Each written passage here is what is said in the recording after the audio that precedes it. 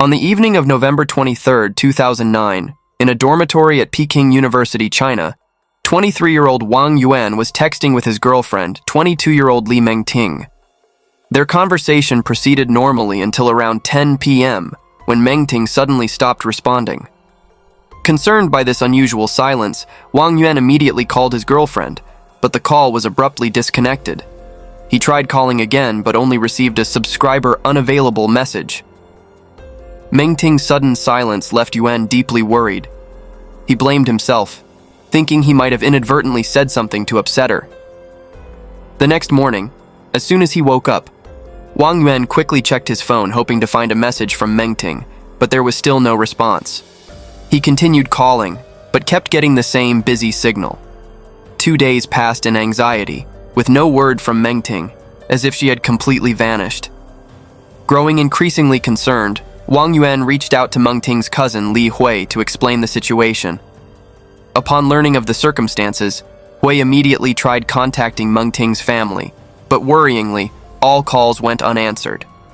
Anxiety began to creep into Hui's mind, adding to Yuan's mounting concerns. Unable to wait any longer, Li Hui and Wang Yuan drove to the Qingcheng neighborhood, where Mengting's family lived, to check on the situation.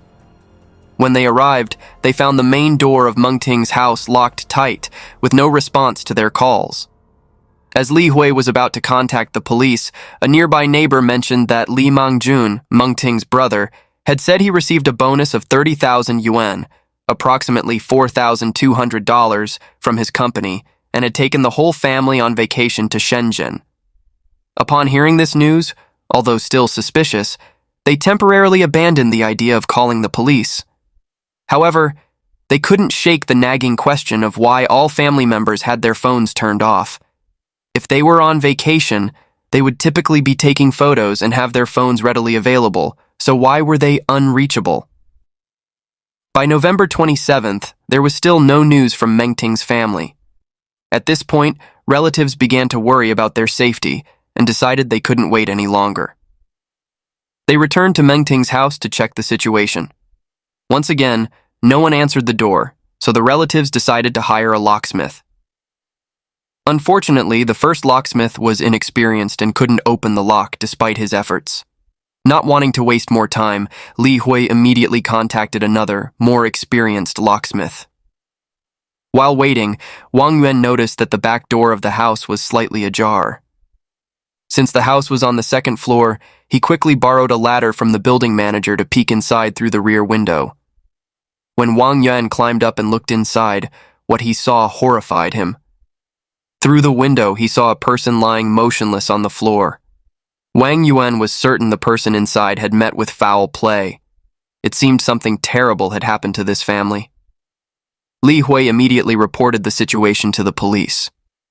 Within minutes, law enforcement arrived at the scene and quickly broke through the door with specialized equipment. As soon as the door opened, a strong smell of blood hit their nostrils, forcing everyone to step back. The first sight that greeted them was a body lying motionless on the living room floor, face covered with cloth, surrounded by dried blood. The scene became even more horrifying as police and relatives continued searching other rooms. Each room revealed another body. The entire crime scene was like a nightmare come to life. After a thorough investigation, police determined that a total of 6 victims had been brutally murdered.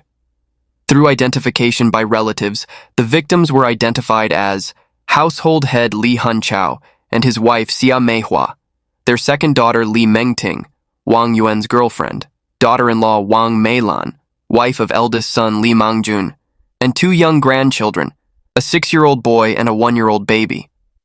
Among the 7 family members, only Mangjun, the eldest son, was not present at the scene. This was clearly an extremely brutal case.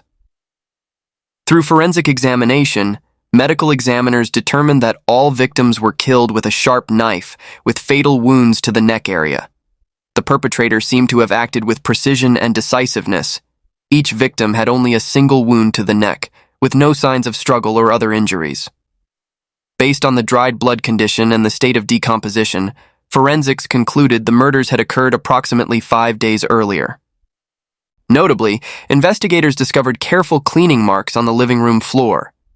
In the corner, they found a bucket of bloodied water, likely used by the killer to erase evidence. All doors in the house were locked, with no signs of forced entry, and the main door was even locked from the outside. Significantly, the house remained undisturbed, showing no signs of being searched, and all valuable jewelry on the victims remained intact. Through questioning the victims' relatives, police learned that the family had recently won a substantial lottery prize. However, investigators quickly ruled out robbery as a motive, since all valuable jewelry on the victims remained untouched. The safe showed no signs of tampering, and nothing in the house had been disturbed. News of the 6-person massacre quickly spread throughout this upscale residential area, causing unprecedented waves of panic and horror. Residents couldn't believe such a savage crime could occur in their heavily guarded neighborhood with 24/7 security and extensive surveillance cameras. Everyone wondered, what kind of person would dare commit such a brazen crime? They couldn't comprehend the motivation and cruelty of someone who would attack an entire family. When police questioned some nearby residents, they learned that the victim's family had just moved to the area, and many hadn't yet interacted with them. In this residential complex, most people were wealthy and busy with work, so they rarely communicated with each other. The closest neighbor said this family had no conflicts with anyone in the area, suggesting any disputes might have originated elsewhere. He added, "A few days ago, I heard Lee Mang-jun say he would take the whole family on vacation to Shenzhen. I never imagined they would all be murdered." Based on available evidence, police ruled out robbery as the motive for the murders. Therefore, they focused on investigating potential personal conflicts. The killer clearly harbored intense hatred toward the family, showing no mercy even to young children. From initial clues, one investigator suggested the perpetrator was likely someone familiar with the family. There were no signs of forced entry, indicating the killer had entered smoothly through the main door. What puzzled investigators was the motivation behind cleaning the living room floor, and particularly the mysterious absence of the eldest son, Mang-jun. If he was alive, why wasn't he aware of the tragedy that befell his family? Or had he been killed elsewhere? Some investigators began to suspect Mang-jun, as the evidence left behind made him the most suspicious suspect. However, the thought that a man could act so brutally toward his own parents, wife, and children made everyone shudder. To solve the case, the investigation team was divided into 2 groups.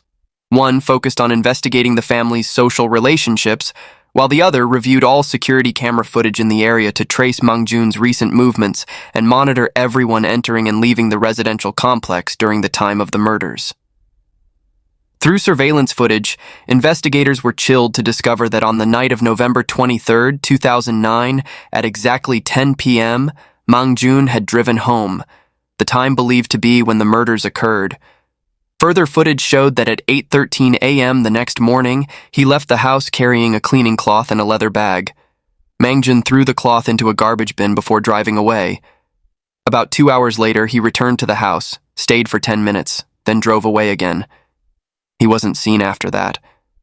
The timing of his return home coincided with when Meng Ting suddenly stopped responding while chatting with her boyfriend Wang Yuan. The detail about him throwing away the cleaning cloth connected to the cleaned floor at the crime scene.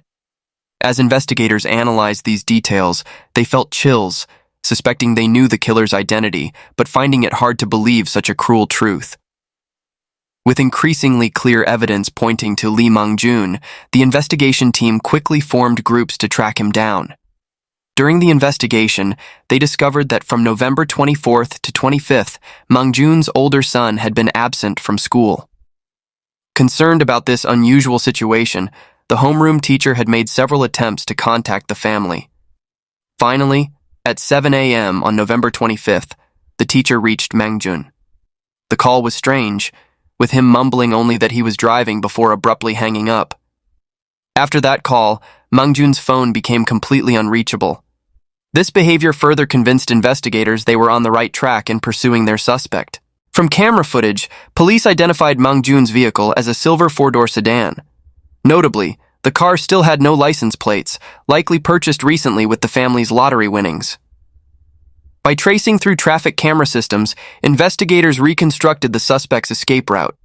After leaving the crime scene, Mang Jun had traveled to the train station and caught a train to Shenzhen, Guangdong Province. He hid there for 2 days before continuing his journey to Hainan Island. Early morning on November 28th, Beijing Police Department issued an urgent notice to Hainan police about a dangerous murder suspect hiding in their jurisdiction. Upon receiving the information and suspect's photo, Hainan police immediately deployed forces at key points, including train stations, airports, hotels, and other crucial areas. The manhunt quickly yielded results when they discovered Mang Jun's hotel registration information. Although he had already left the room when they checked, as the saying goes, heaven's net has large meshes, but lets nothing through. At 5:50 p.m. on November 30th, Mang Jun was finally captured while hiding in an entertainment club near the Hainan bus terminal. He was immediately escorted back to Beijing for investigation of the crimes he had committed.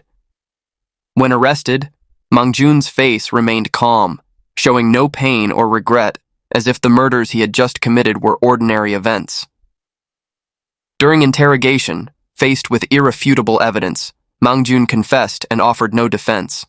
When police asked why Mang Jun would murder his family so brutally, given they were his parents, wife, and children, he recounted the events of that fateful November 23rd night. According to his confession, around 10 p.m. that evening, he returned home drunk after drinking with friends. At this time, his parents and 2 children were already asleep, with only his sister Mengting still awake and using the computer in her room. Entering the bedroom, he found his wife Meilan lying on the bed with an angry, murderous look.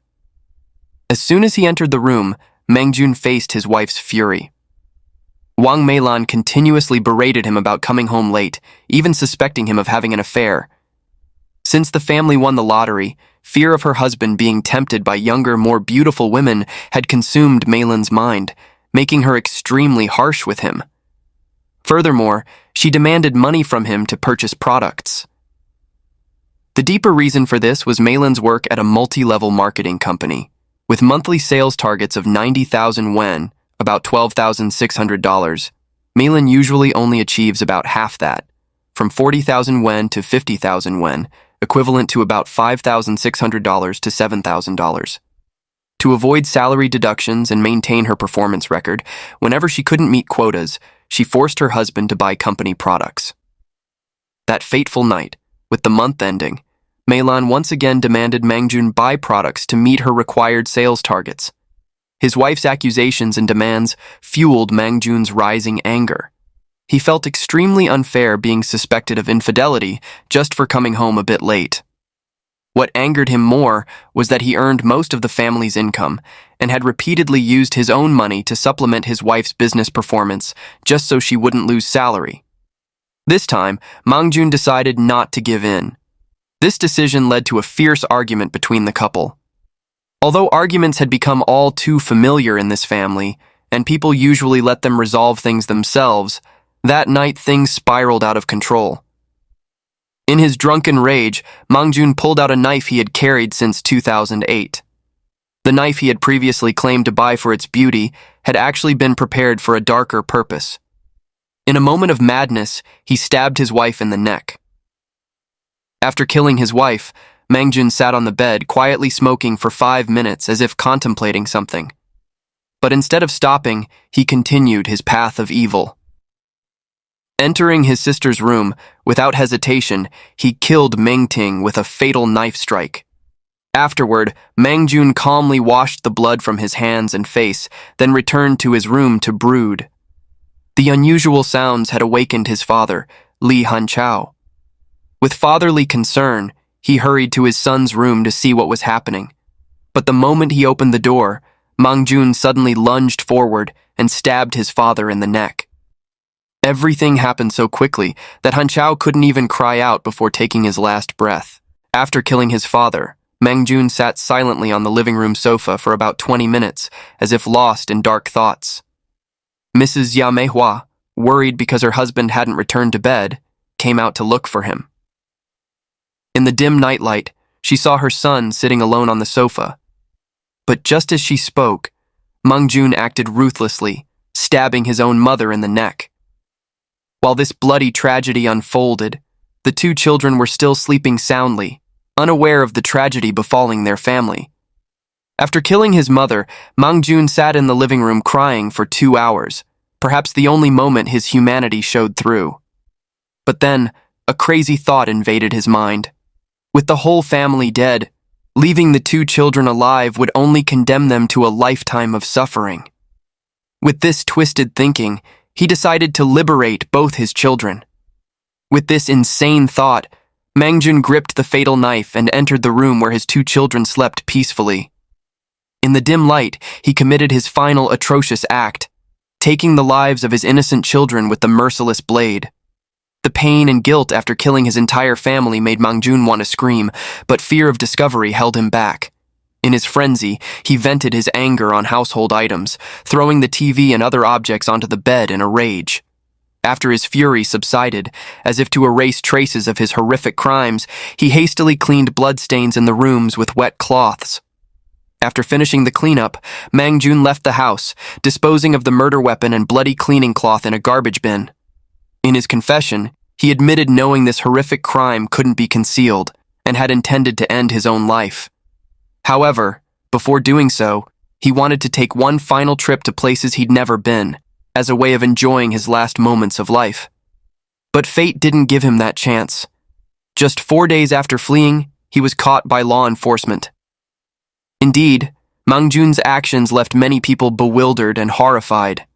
While killing his wife might be explained by a burst of anger and alcohol's influence, his subsequent actions were entirely different. Between each killing, he had enough time to think and realize his actions, but these pauses didn't seem to shake his determination to commit these crimes. Was there something wrong with his mental state? Could Mang Jun have hated his family so much that it turned to deep resentment? In friends' eyes, Mang Jun was usually gentle and careful in his behavior. No one could imagine he would commit such a cruel crime. Police also conducted a psychiatric examination of Mang Jun, which showed he was completely lucid and aware of his actions. Through deeper interrogation, a frightening truth was revealed.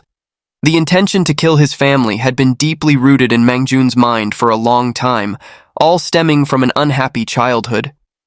He was born on December 3, 1980 in Xiangong Village, Daxing District, Beijing.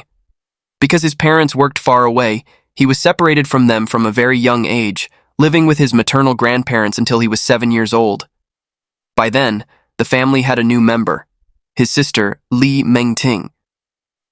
Due to years of separation in early childhood, the relationship between Mang Jun and his parents became distant, lacking intimacy. Although Han Chao and his wife always wanted their son to become talented, their educational methods were completely wrong. Following traditional outdated beliefs, they believed only physical punishment could make children respectful and filial.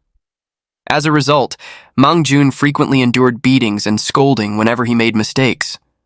Worse, his parents constantly compared him with other village children, endlessly criticizing their own son as inferior. They didn't hesitate to belittle and criticize Mang Jun in front of others, while lavishly praising other people's children. Even more bitter was that his sister Meng Ting became the family's little spy, always tattling on her brother's actions to their parents. These instances of being reported by his sister usually led to painful beatings. This also created tension in the siblings' relationship. Once he found a stray dog and, moved by compassion, brought it home intending to care for it. But instead of seeing his son's kindness and compassion, Mr. Han Chao flew into a rage, yelling and ordering his son to get rid of the dog immediately. When he saw his son's defiant look, he kicked Mang Jun, as if that was the only way to teach a child obedience. Physical punishment became such a regular part of Mang Jun's life that he began to see it as normal. Fear drove him to sometimes avoid going home, choosing to spend nights hiding in cold woodpiles, preferring the bitter cold to facing his parents' beatings. Under this violent and loveless upbringing, Mang Jun's personality gradually changed in concerning ways. In moments of extreme frustration and despair, thoughts of killing his parents began to form in his mind, though at that time they were just thoughts without any concrete plans. In 1996, at just 16 years old, unable to continue enduring the suffocating family atmosphere, Mang Jun decided to leave his haunting home and move to Hongmen Town, Daxing, Beijing, to make a living. At that time, the average worker in Beijing earned only 800 yuan, about $112 per month. But with his quick wit and strong work ethic, Mang Jun managed to earn an impressive 3,000 yuan, about $420 monthly. For the first time in his life, Mang Jun tasted the sweetness of freedom and success. With his earnings, the first thing he bought was a mobile phone. Later, Mang Jun often referred to 1996 as the happiest time of his life. Days without beatings, freedom to make his own life decisions, and enjoying the fruits of his labor. After earning money away from home, Mang Jun wanted to return home to show off and prove his achievements to his parents. After more than a year away, he also felt somewhat homesick, so Mang Jun decided to return. When seeing their son return after such a long absence, Mr. Chow and Mrs. Hua were moved to tears. Perhaps they feared their son's running away would repeat itself. The attitude of both spouses also improved considerably. Not long after, Mang Jun married. His wife was also his first love, Wang Meilin. At the time, Meilin was working at a hair salon in Hongmen.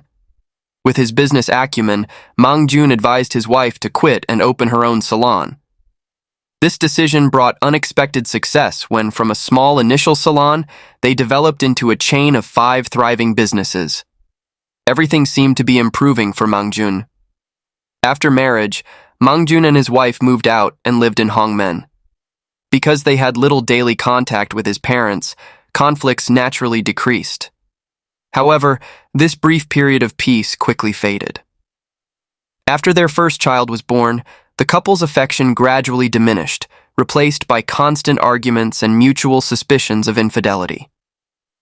When news of this reached Mang Jun's parents, they returned to their harsh disciplinary methods of the past.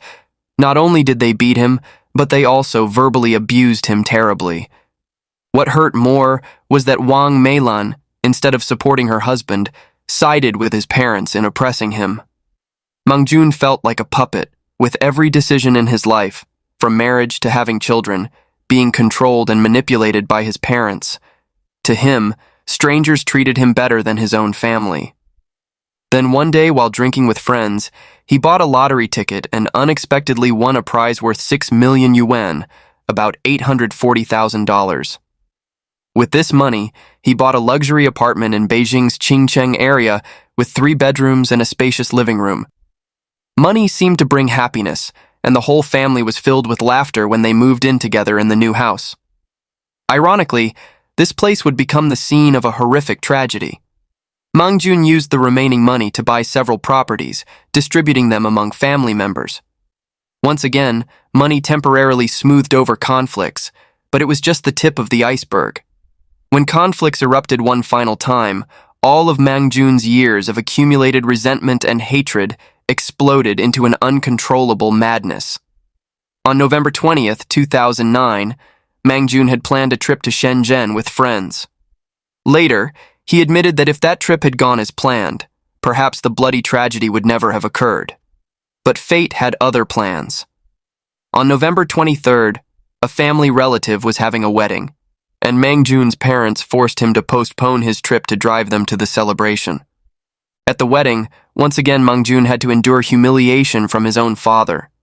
Li Hanchao, upon seeing others' wealth, publicly criticized and humiliated his son in front of many people.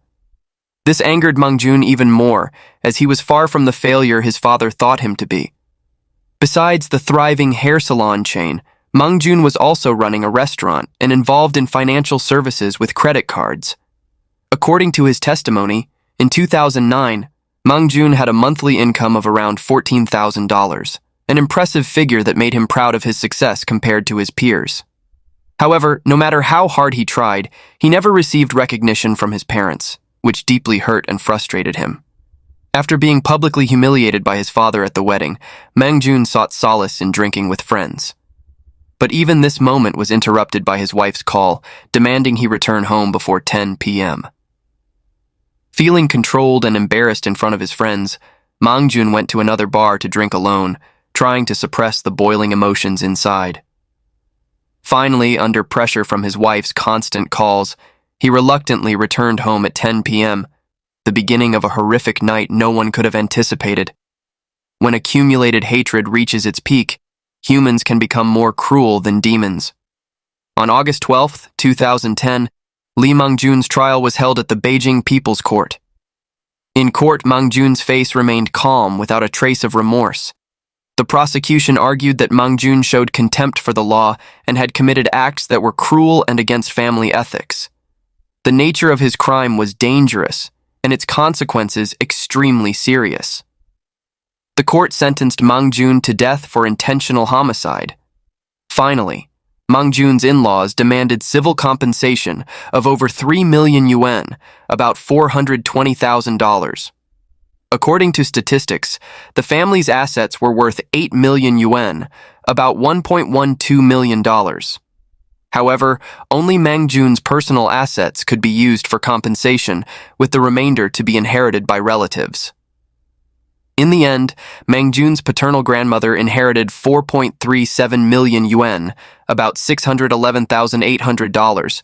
His maternal grandmother inherited 2.66 million yuan, about $372,400. And his in-laws inherited 1.09 million yuan, about $180,000, $152,600. At the trial, Mang-jun frankly admitted all his crimes. He expressed his wish for the death sentence to be carried out as soon as possible and committed to fully compensating the relatives according to the court's ruling. In an emotional moment during the initial trial, one of Mang-jun's uncles couldn't contain his anger and attempted to attack his nephew. Faced with this reaction, Mang-jun quietly said that everything had been decided, and he sincerely wished his uncle could beat him to somewhat ease his anger. Despite being furious at Mang-jun's crimes, in the end, blood ties still remained in the relatives' hearts. Another relative expressed a desire to buy a cemetery plot for Mang-jun. However, he refused.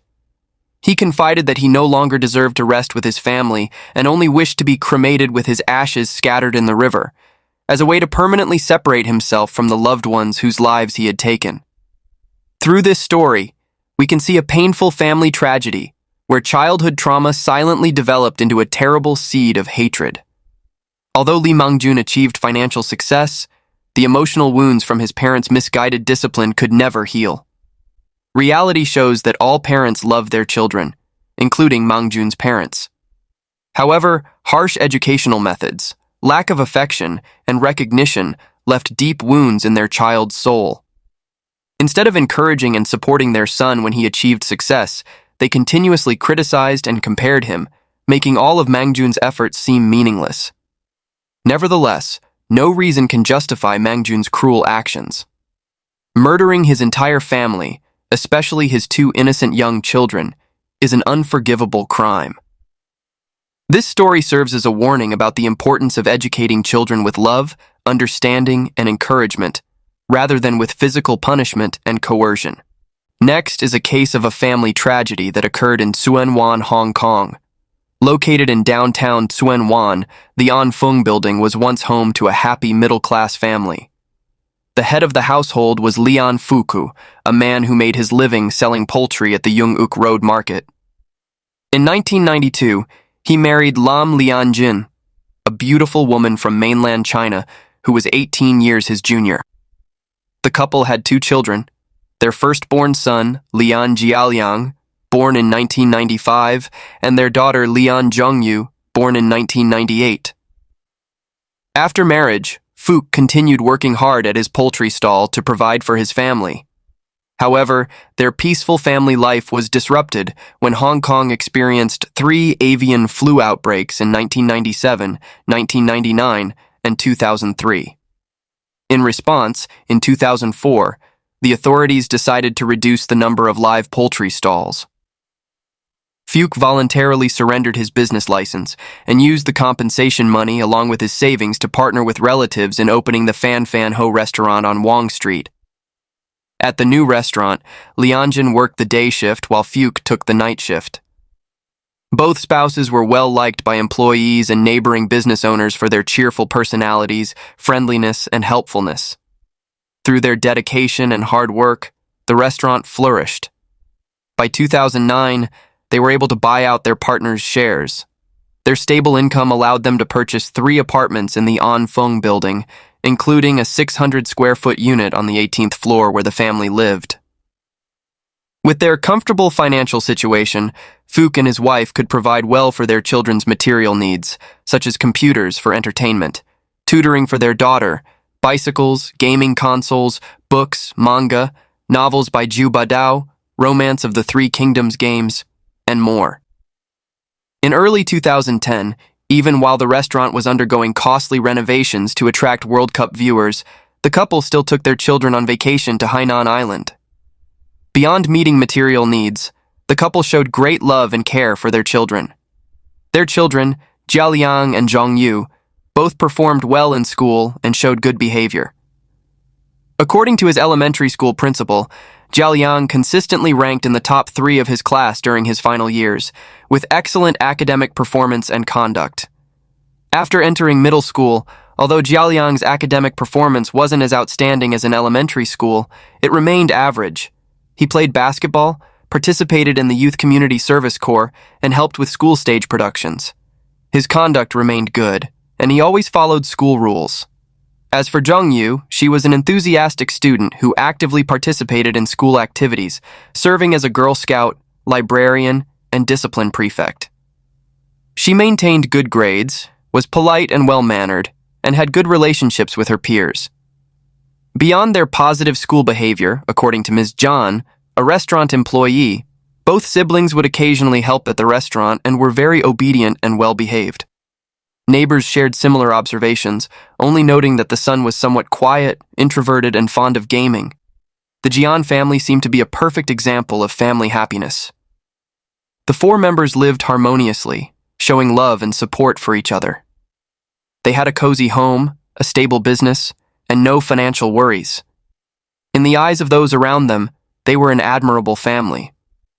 The future looked bright, as their eldest son was preparing to enter 10th grade, and their daughter was about to start 7th grade after the summer break of 2010.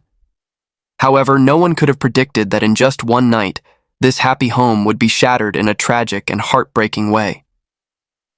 During that summer break, Phuc had planned to send his son to Canada and Shanghai to broaden his horizons, rather than staying home playing games and reading books.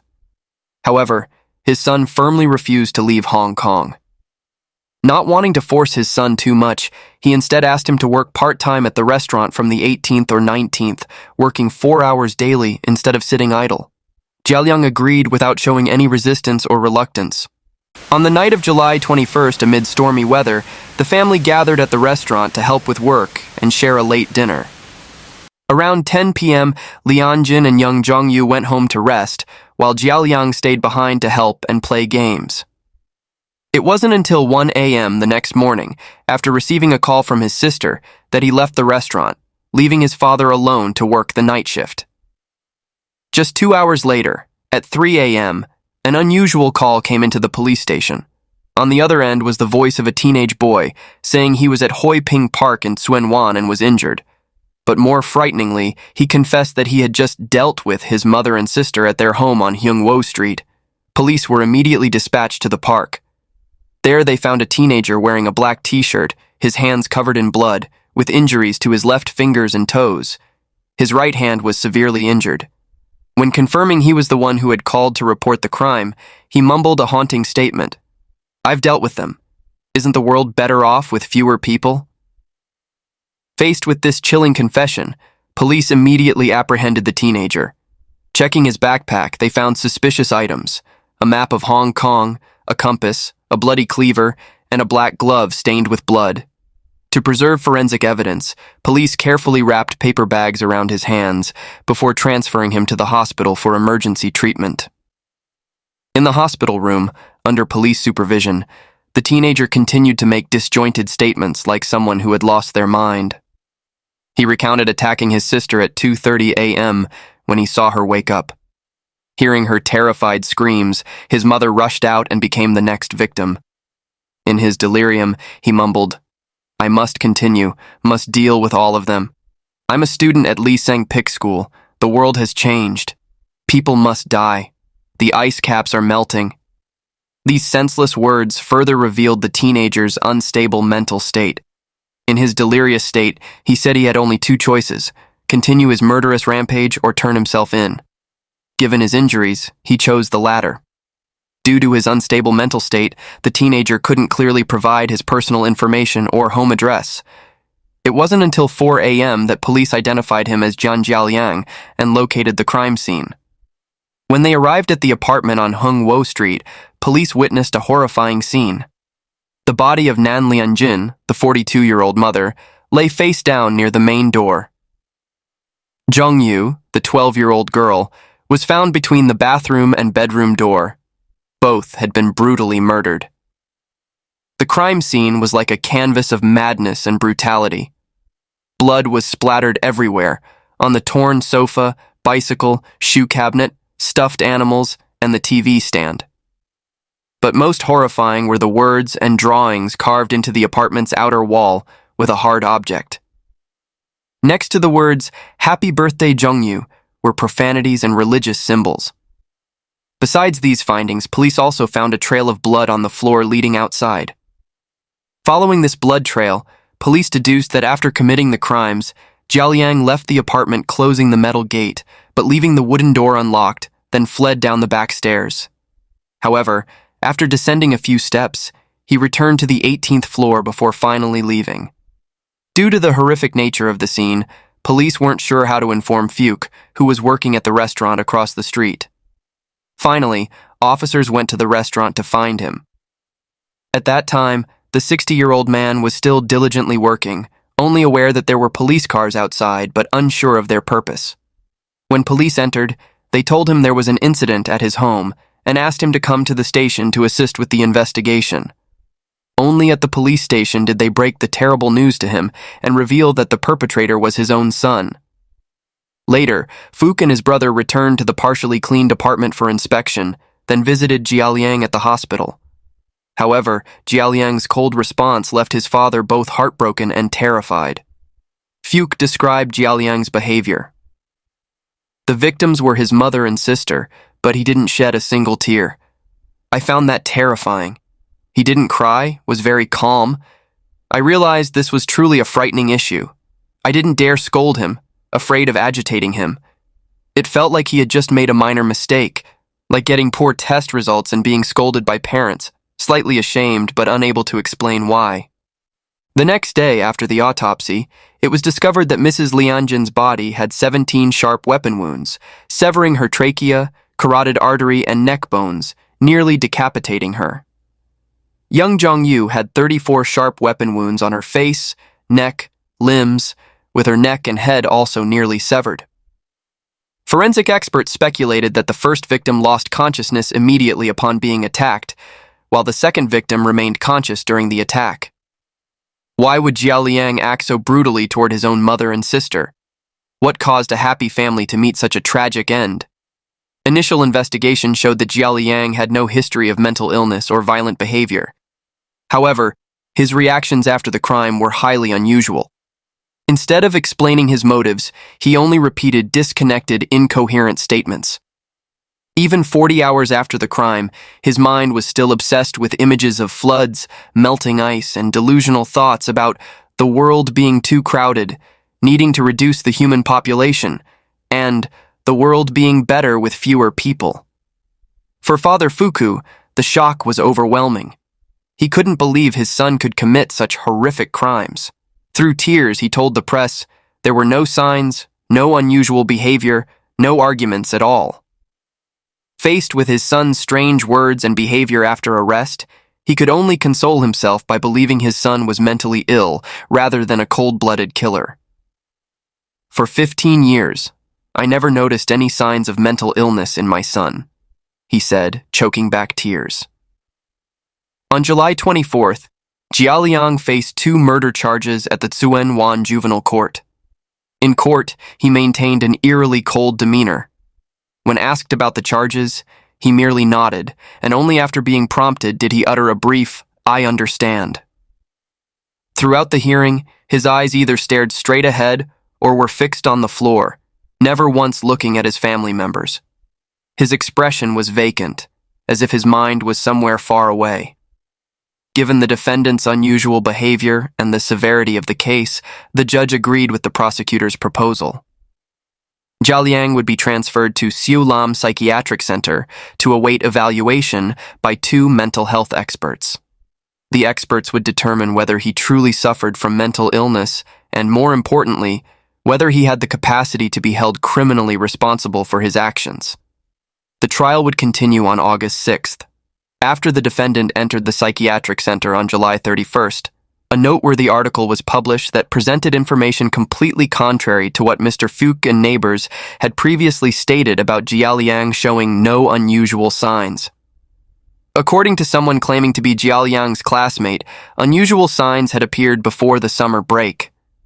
This classmate revealed that in Jialiang's pencil case, friends had discovered many pairs of scissors and magnifying glasses. Notably, when asked about the purpose of these items, Jialiang chose to remain silent. The article also quoted a restaurant employee named Kwang, who recounted a significant incident.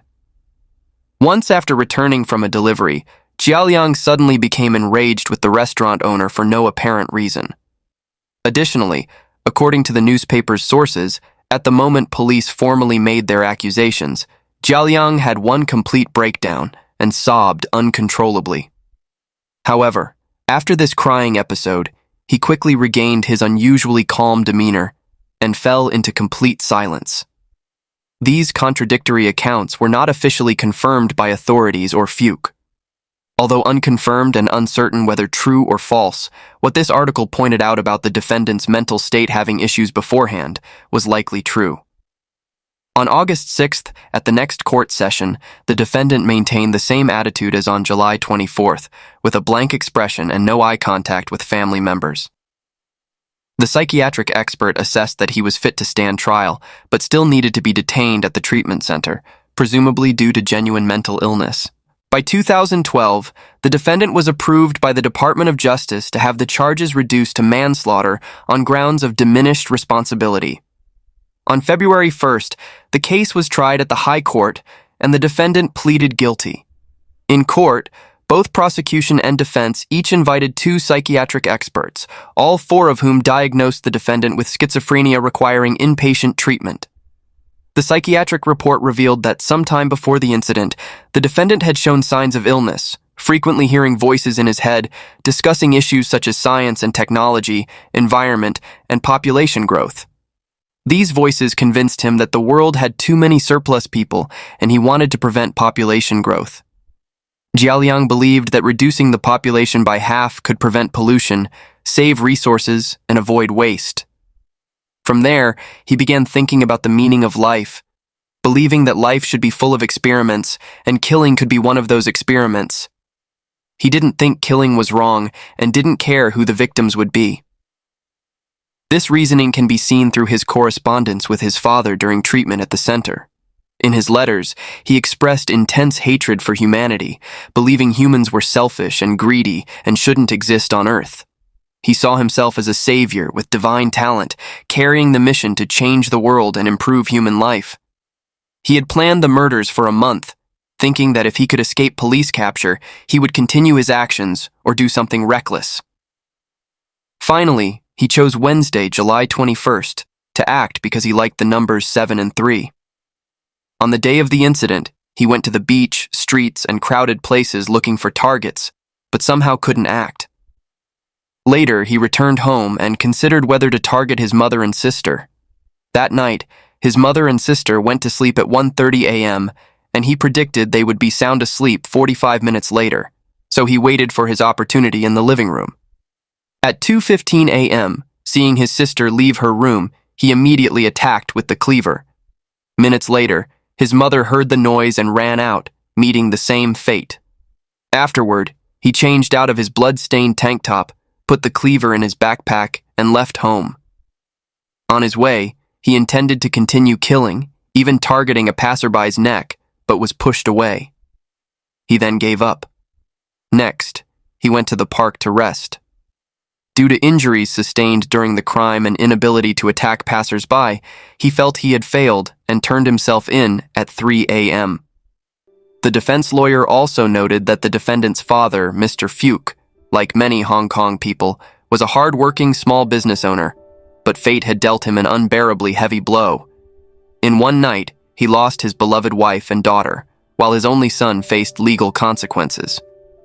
Yet, despite being immersed in profound grief, he didn't abandon his son, frequently visiting and actively providing information to help doctors treat him. Given these circumstances, the lawyer requested the court allow the defendant appropriate treatment. After considering all aspects of the case, the judge made the final ruling. Recognizing this as a profound tragedy for both the family and society, the court sentenced Lian Jialiang to indefinite treatment at a psychiatric hospital. This decision was made with the belief that only proper treatment and rehabilitation could bring the best outcome, not just for the defendant, but for society as well. Later, Hong Kong filmmakers adapted this case into a movie. The film authentically recreated the Jian family tragedy and received positive reviews from critics and audiences. The work not only told this painful story, but also raised profound questions about human psychology, society's responsibility in early detection and treatment of mental health issues, and the fragility of family happiness. And that's it for today's 2 cases. Thank you for watching and see you in the next videos.